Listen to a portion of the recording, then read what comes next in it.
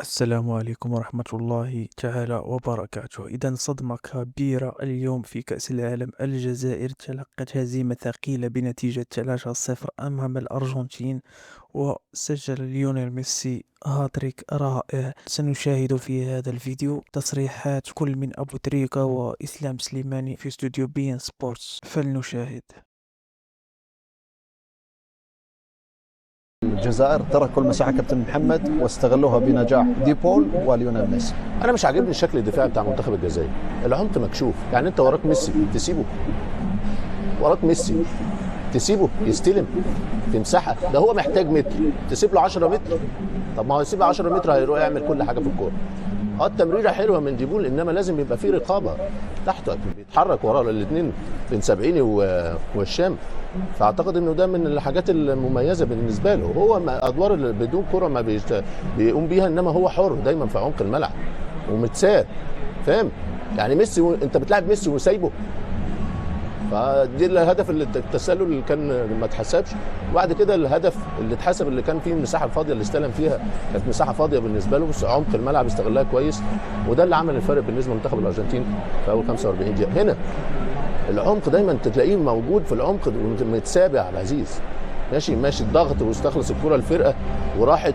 انما بعد كده انت فين؟ ما انت لازم تبص حواليك، لازم تبص حواليك. التمريره حلوه بس لازم يبقى فيه رقابه. المساحه واسعه بين الخطين، والمساحه دي اللي بيشتغل فيها هو. فطبعا متساب هيعمل كل حاجه بالنسبه لميسي اللي محتاج نص متر، انت سايبه له 10 ولا 20 متر. فاعتقد ان دي الحاجه اللي عملت الفرق في اول 45 دقيقه بالنسبه لمنتخب الارجنتين. الارجنتين اكثر تنظيما وواقعيه واستقرار، دليل على ذلك تسجيل هدف الافضليه. نعم، هذا صحيح ما تحدثنا عنه من قبل. الثقة في المجموعة عندما يحصلون على الكرة وتجد هذه المساحات، هم يعرفون كيف يستغلون هذه المساحات مع الخبرة التي لديهم، وكذلك يعرفون بعضهم البعض. إذا الأمر صعب على المنافس إذا لم تضغط عليهم جيدا، إذا لم تغطي المساحات، إذا سمحت لليونيل ميسي بمتر أو مترين، إذا يمكن أن يسبب مشاكل كبيرة للمنافس. وهذا ما يحدث بعد الاستراحة. أعتقد أن المنتخب الجزائري ربما يدخل بقوة ويرفع من مستوى المباراة، ولا يجب عليهم أن يتركوا أي مساحة أمامهم. سقوط ليونيل ميسي بين الخطوط مزعج للاعبي الجزائر، دليل على ذلك تسجيل الهدف دون أي رقابة. خطأ كبير دفاعي للمنتخب الجزائري في الشوط الأول. كما ذكرنا قبل المباراة، هذه المباراة سوف تلعب على إمكانيتنا نحن في محاولة السيطرة على هذه التمريرات نحو ليونيل ميسي. عندما نعرف ميسي، عندما نعرف خصال هذا اللاعب ومهارته، كما ذكر كابتن محمد، لا يمكن أن تترك 10 أمتار لميسي. في مثل هذه الوضعية تركنا مساحة أكثر من اللازم لهذا اللاعب. كان يجب هنا إما أن نتقدم نحوه أو نتأخر قليلا لكي نحاول أن نغلق المساحات لهذه التمريرات بين الخطوط ونكون أكثر تقاربا في الخطوط. هذا الأمر لم نقم به في هذه اللقطة تحديدا، ولكن أظن أنه بصفة عامة شوط أول جيد جدا، خاصة بعد فترة التوقف لشرب المياه. رأينا أننا إذا ما لعبنا وأخذنا الثقة يمكن أن نكون خطيرين. هل شاهدت التشكيل هو الأنسب لعب الشوط الأول حتى الآن؟ هل شكل منتخب الجزائر أعجبك إسلام؟ لا، بالنسبة لي في الحقيقة بالنسبة لي نحن ينقصنا العمق. نحن نواجه فريقا يسيطر، يستحوذ على الكرة كثيرا، لذا عندما نسترجع نحن الكرة يجب أن نكون سريعين في الارتداد الهجومي. هذا ما ينقصنا في الشوط الأول. في الشوط الثاني مع دخول عمورة ورياض كذلك اللذان يستطيعان تقديم هذه التمريرات في العمق تحديدا، يمكن أن نكون أكثر خطورة. شاهدنا حالة تسلل لشايبي باليد فقط التي دخلت في حالة تسلل، ولكن كانت لقطة مميزة واستطاع فيها شايبي التصرف بكل أريحية، لكنها تسلل في نهاية المطاف. لكن يجب أن نتعلم منه طبعا المنتخب الجزائري تشكيل خطورة مرة أخرى على مستوى هذا اللقاء أمام المنتخب الأرجنتيني. نزيد أهلا بحضراتكم مرة أخرى بين شوطي لقاء الأرجنتين والجزائر. هدف دون مقابل، تقدم للأرجنتين والجميع كابتن محمد قد ينتظر ردة فعل من الجزائر، هل قادرة على ردة فعل أمام منتخب الأرجنتين في الشوط الثاني؟ ممكن. انا اتكلمت على العمق الدفاعي، ناقص العمق الهجومي. امين جويري لما بينزل في نص الملعب الوحيد اللي بيتحرك في المساحه فارس شايب. الحاج موسى عاوز الكره في رجليه، ماذا بيتحرك والكره في رجليه، انما مفيش حد بينطلق في المساحات مع فرقه منظمه. لازم تلعب في المساحه، حد ينزل وبعد كده يطلب الكره في المساحات، مفيش حد مزعج. فلازم عموره لانه الوحيد اللي بينطلق في المساحات، عاوز الكره في المساحات. رياض محرز برضو عنده الحدود في المساحات الضيقه ممكن يتصرف. التحركات الهجوميه لازم تبقى مختلفه. انت بتلاعب فرقه منظمه، فكله عايز الكره في رجليه، مفيش خطوره. العمق الدفاعي لازم يبقى في حد يحمي عمق الدفاع الفرقه، يبقى في حد ثابت. الفرقه بتهاجم بس في حد ثابت لميسي، انما انتوا رايحين متهاجمين وسايبين المساحات. فالحاجات دي لازم يبقى فيه حاجات منطلقه بالنسبه للفريق. الوحيد اللي بيتحرك في المساحه هو فارس شايبي بس، وماذا في بعض الاحيان. الباقي في الناحيه الهجوميه مش شغالين، مش موجودين، ما تحسهمش. فالحاجات دي لازم تبقى في الشوط الثاني تبقى تتكرر وتبقى مختلفه، وايقاع اللعب في الناحيه الهجوميه لما توصل للناحيه الهجوميه يبقى ايقاع سريع. كيف تريد أن يظهر المنتخب الجزائري من خلال الشوط الثاني؟ لا بالنسبه لي كما قال الاخ محمد لازمنا عمق. كوم الى بور موا il ne faut plus de profondeur. comme il a dit Mohamed, كما ذكر الكابتن محمد، نحن لدينا شايبي فقط الذي يذهب نحو العمق، يريد الكرة بين قدميه، ماذا كذلك حاج موسى أيضا. أنا أظن أنه مع دخول عمورة ورياض محرز ربما نستطيع أن نكون أكثر خطورة مع مستوى المهارة في تمريرات رياض وسرعة عمورة. يمكن أنه أمام فريق مثل الأرجنتين يريد فعلا أن يذهب ويضغط على الخصم ويقلق الفريق في الارتدادات، يمكن أن نكون أكثر خطورة مع لاعبين سريعين ويقدمون إضافة في العمق. ميسي فعل كل شيء كابتن محمد. أبو تياجو رايق، مستمتع ميسي. بلاي ستيشن ابن اللذين. 3 أجوال إيه؟ والله ميسي رقم، العمر بالنسبة له رقم. الكرة في رجليه حلوة يا أخي، الكرة في رجليه سهلة. استمتعنا بيه صراحه. الواحد سير وكان عايز ينام، بس ميسي خليك تسهر فتستمتع. خساره للمنتخب الجزائري، عنده ماتشين، اتمنى ان الخساره دي ما تاثرش على الولاد، ويبقى عندهم ماتشين قدام النمسا والاردن يقدموا مستوى كبير. في الاول وفي الاخير انت خسرت قدام بطل العالم، فاعتقد استمتعنا بشو لميسي. المباراه دي بتقول ان بطل العالم بكل جاهزيه قدر يكسب هذه المباراة بقناعة وبأداء.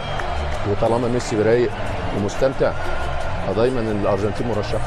لأن بحضراتكم مرة أخرى الأرجنتين تنتصر على منتخب الجزائر ب3 أهداف دون مقابل في نتيجة مميزة في ظهور الأول لليونيل ميسي وأبطال العالم الأرجنتين على حساب الجزائر. انتصرت وأخذت 3 نقاط ثمينة وأصبحت في صدارة المجموعة. كلاوديو، كل شيء جميل للأرجنتين، تسير بالشكل المطلوب. ليونيل ميسي الآن عدل رقم كلوزة، أرقام مميزة حتى الآن. نعم، في الواقع هذا صحيح. فريق مثل الأرجنتين مع ليونيل ميسي في هذه الحالة وفي هذا المستوى ومع الفريق أيضا وب3 أهداف، أعتقد أن هذا أمر رائع للغاية. الأرجنتين بدأت على نحو مذهل، خطوة كبيرة جدا ويجب أن يستمروا هكذا. لا يجب أن نرضى بهذا فقط، علينا أن نمضي ونبني على هذا الأداء في المباريات القادمة، ولكن في هذه الحالة سيكونون خصم صعبا لأي فريق. شاهد هدف ليونيل ميسي من خلال الشوط الأول دقيقة 17. تشعر بأن ليونيل ميسي لا زالت لديه الرغبة كلاوديو في عملية تسجيل، في عملية تحطيم الأرقام، في عملية مساعدة منتخب الأرجنتين في هذه المسابقة مرة أخرى على مستوى كأس العالم، بأن يأخذ الأرجنتين بعيدا. نعم، هذا صحيح. هو لا يزال لديه هذه الرغبة بالتأكيد، وهذا ما يظهر. يريد أن يدافع عن كأس العالم. هو حقق اللقب في قطر، ولكن هو يرغب في الدفاع عن هذا اللقب وأن يستمتع. وإذا واصل هكذا وبهذه السعادة التي لديه وهو يلعب وهذا الاستمتاع وكيف يدفع الفريق إلى الأمام، أعتقد أن هذا مهم جدا بالنسبة لنا. هارد لك كابتن اسلام. نتيجة يعني قد تكون منطقية. الجزائر لعبت اليوم امام ابطال العالم. تشعر بان الفريق لا زال يحاول الانسجام بشكل اكبر. برأيك فيما حدث في هذا اللقاء، رأيك في قراءة بيتكوفيتش ايضا للعب امام الارجنتين؟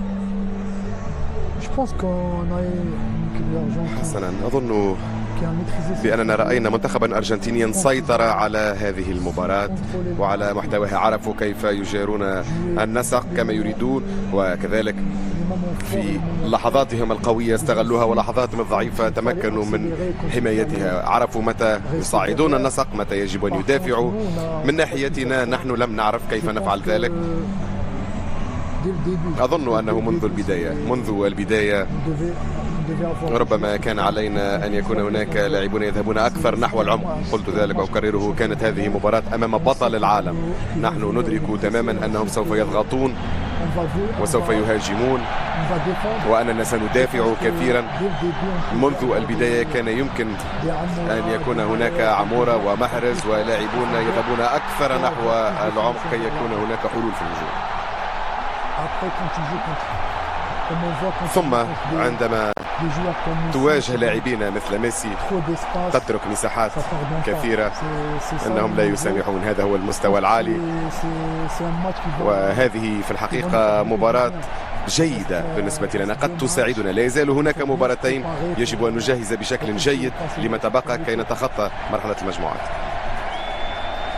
شاهد هدف ميسي في مرمى لوكا زيدان قائد المنتخب الأرجنتيني بهذه الأهداف الثلاثة. المشاهدين الأعزاء، وصل لرقم ميروسلاف كلوزي نجم منتخب ألمانيا سابقا من 16 هدفا. دعونا نذكر ونسترجع أبرز هدافي كأس العالم بأرقامهم الكبيرة على مستوى الأهداف: ميروسلاف كلوزي، ليونيل ميسي ب16 هدفا، رونالدو نازاريو البرازيلي ب15 هدفا، كيليان مبابي الذي يلعب أيضا هذه البطولة سجل هدفين في مرمى السنغال، عدل رقم جيرد مولر نجم الكرة الألمانية أيضا ب14 هدفا. ويبدو بأن ليونيل ميسي كابتن محمد أمام تحطيم الأرقام هو وكيليان مبابي في هذه البطولة. يعني النهارده شفنا البطل والوصيف ونجومهم في حاضرين، يعني نجومهم جاهزين. شفنا ميسي النهارده هاتريك، شفنا كيليان وانطلاقاته. فرنسا عندها خط الهجوم طيارات. الشكل بتاع الأرجنتين الهجومي مختلف. فين خطورة الأرجنتين يا عبد العزيز؟ في العمق.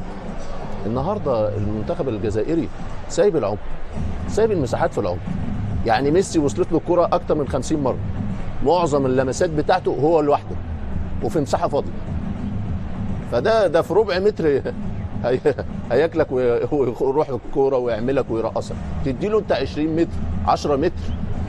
يعني مع بعض هنشوف الحالات اللي احنا جايبينها لميسي، اللي دايما بيستلم في عمق الملعب ويفضي نفسه في العمق. مفيش حد بيقول له انت رايح فين. المساحات واسعه بين الخطوط، ده اللي اتكلمنا عليه بين الشوطين في الهدف في الاول. استلم لوحده، لف، سدد لوحده قوي خالص، محدش بيقول له انت رايح فين، ولا حد بيضغط عليه ولا حد بيضايقه. فطبعا ما بيتضايقوش، فخلاص هيحطها زي ما هو عايز. وحاجه تانية، ممكن احيانا العمق الدفاعي بتاعك مكشوف، حارس المرمى يحميك. النهارده لا، حارس زيدان مع احترام انا بحب زيدان ابوه، انما النهارده في حالات في الهدف الاول كان لازم يبقى التراي بتاعه افضل من كده. الهدف الثاني اللي جابه ميسي الكرة بتاعته ارتدت منه وتابعها ميسي كويس.